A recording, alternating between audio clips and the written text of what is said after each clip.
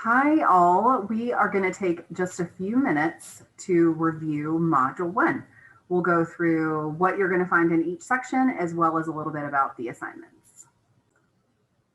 Okay, now here we can see this is just the home page, and this is the module that should be done before Module 1, and then we get here to Module 1. It'll tell us our topic, and this is just introduction to human sexuality, and then we will have Module 1 overview and required readings. In each module, it'll look similar to this. You'll have your overview here. Now, this is just Module 1, so we are just kind of covering the basics for human sexuality, sex, and gender. So we go through a bit of the history here. And what's important to point out here is that, sex is a pretty, taboo subject to talk about in the US, but it isn't that way everywhere. And it hasn't always been that way here. So the beginning here, as an overview, we're sort of discussing how we got to be the way that we are with sex. And the reason this is relevant, not just for our personal lives, but for the class in terms of sort of where this topic stands in acceptability in the US, because it's viewed as a taboo topic, that also means that research in the area of, sexuality has been underfunded and continues to be, really. So what that often means is that, it means a few different things. Sometimes there's ideas that are accepted within society that we don't yet have the scientific evidence to back up. Sometimes there is research in the field of sexuality that is accepted among academics and scholars that is not popular amongst the general public. So that alone can create some complications because the language that we use around different topics is different. Later in the module, later in the course rather, you'll see how when we talk about sexuality, that can mean a lot of different things depending on what it is that we're reading. So just something to keep in mind there. And if we scroll down in each module 1 overview will look the same. It'll say your required readings are here. Now, because you don't have a textbook, I have put a great deal of time and effort into these readings, but here's a few things that you should know. One is that terminology, because of the reasons I just mentioned, may change. I've tried to outline that and be clear about, where the language may not mean exactly what we're discussing, but it doesn't mean that isn't the topic, right? It's just that it may have been called something differently in the past. The other thing is that sometimes there's words used in literature that are no longer deemed acceptable to describe whatever it is we're talking about. And because of the reasons just discussed with sexuality research, that is sometimes the case here. There are sometimes words that are used that are discouraged or even considered outright offensive. Now, I have done my best to eliminate anything that may be offensive, but if it is there and you feel that the context it's not appropriate, please reach out to me and let me know.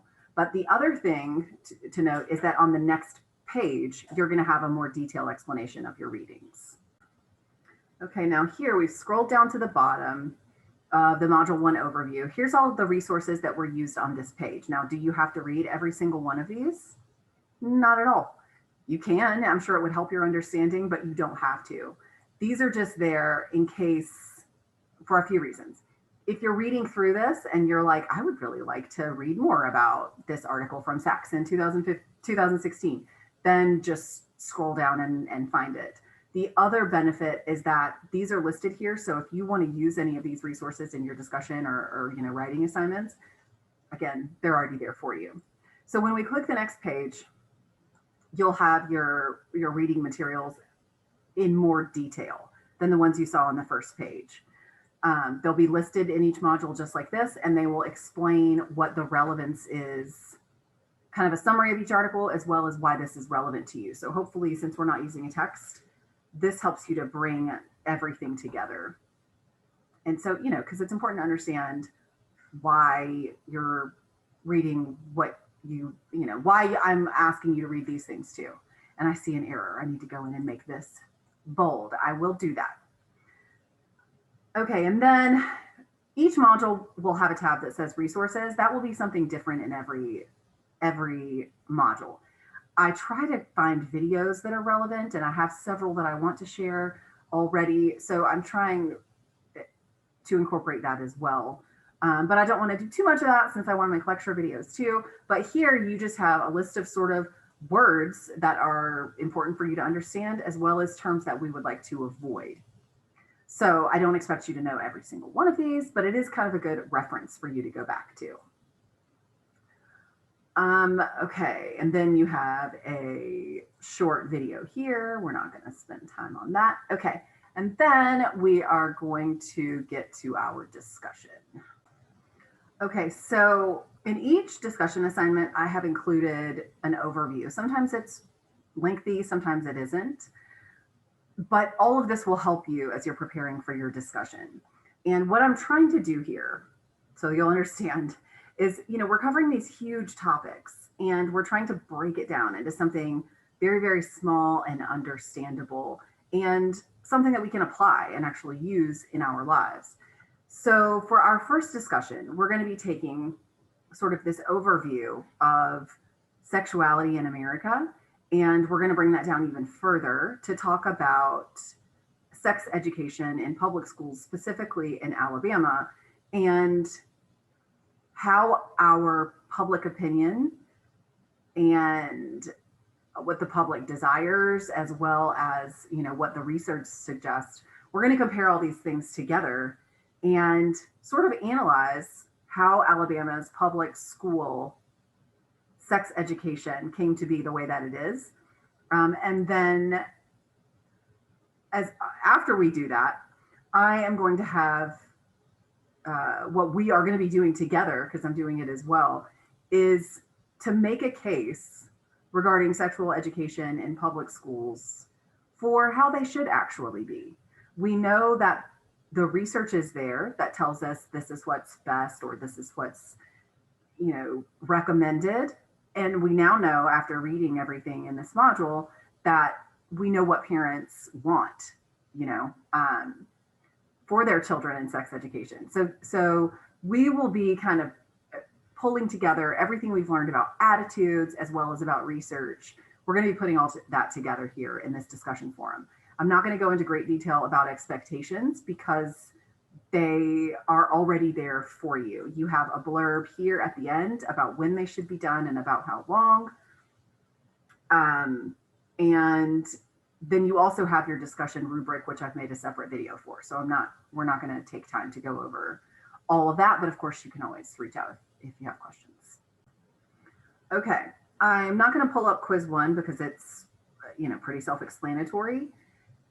Everything that is on quiz 1 is from module 1, and it will always be that way. This particular test has 10 questions. You have 10 questions and an hour. They're all closed-ended questions, meaning, multiple choice, true, false, that type of thing.